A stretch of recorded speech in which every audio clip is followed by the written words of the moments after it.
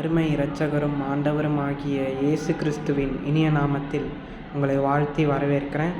இன்றைய தினத்தில் உங்களோட நான் பகிர இருக்கிற வேதவாசனம் என்னன்னு பார்த்தீங்கன்னா 2 கொரிந்தியர் 5வது அதிகாரம் 1வது வசனம். பூமிக்குரிய கூடாரமாகிய நம்முடைய வீடு அழிந்து போகும், தேவனால் கட்டப்பட்ட கைவேலை அல்லாத நித்திய வீடு பரலோகத்திலே நமக்கு உண்டென்று அறிந்திருக்கிறோம். ஆமாங்க, நமக்கு கைவேலை இல்லாத ஒரு வீடு இயேசு கிறிஸ்து நமக்காக கட்டி கொண்டிருக்கிறார். இன்றைக்கி பார்க்குற வீடுகள் எல்லாம் அழிந்து போகும், ஒரு நாள் அழிந்து தான் போக போகுது. இந்த பூமியே அழிந்து போக போகிறது, அக்கினிக்கு இரையாக வைக்கப்பட்டிருக்கிறது என்று வேதம் நமக்கு சொல்லுகிறது.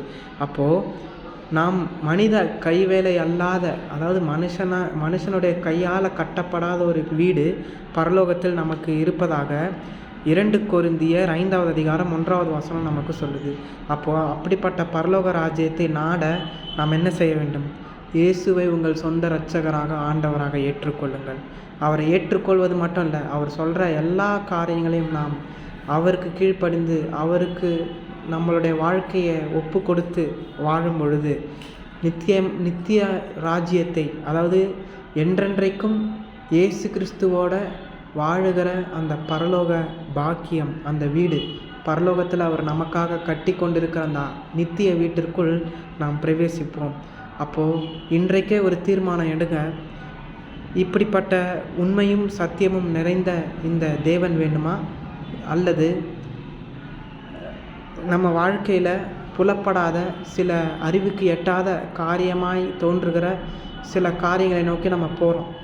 ஆனால் அது நம்ம யோசித்து பார்க்கும்பொழுது அது முட்டாள்தானோ நமக்கு தெரியாமல் இருக்கலாம். ஆனால் இவ்வளவு தெளிவாக நிறைய பேர் இன்றைக்கு எனக்கு முக்தி வேணும் அப்படின்னு சொல்கிறாங்க. அந்த முக்தியை தான் இப்பொழுது நான் பேசி கொண்டிருக்கிறேன். உங்களுக்கு முக்தி வேண்டுமா? பரலோக ராஜ்யம்தான் நமக்கு சேருகிற முக்தி பெறுகிற இடம். அப்படிப்பட்ட இடத்துக்கு உங்களை இயேசு அழைக்கிறார். அவருக்கு உங்களுடைய வாழ்க்கையை ஒப்பு கொடுங்க. அவர் உங்கள் வாழ்க்கையை மாற்ற வல்லவராக இருக்கிறார். இந்த வேத வசனத்தின் மூலமாக தேவன் உங்களை ஆசீர்வதிப்பாராக. ஆமென்.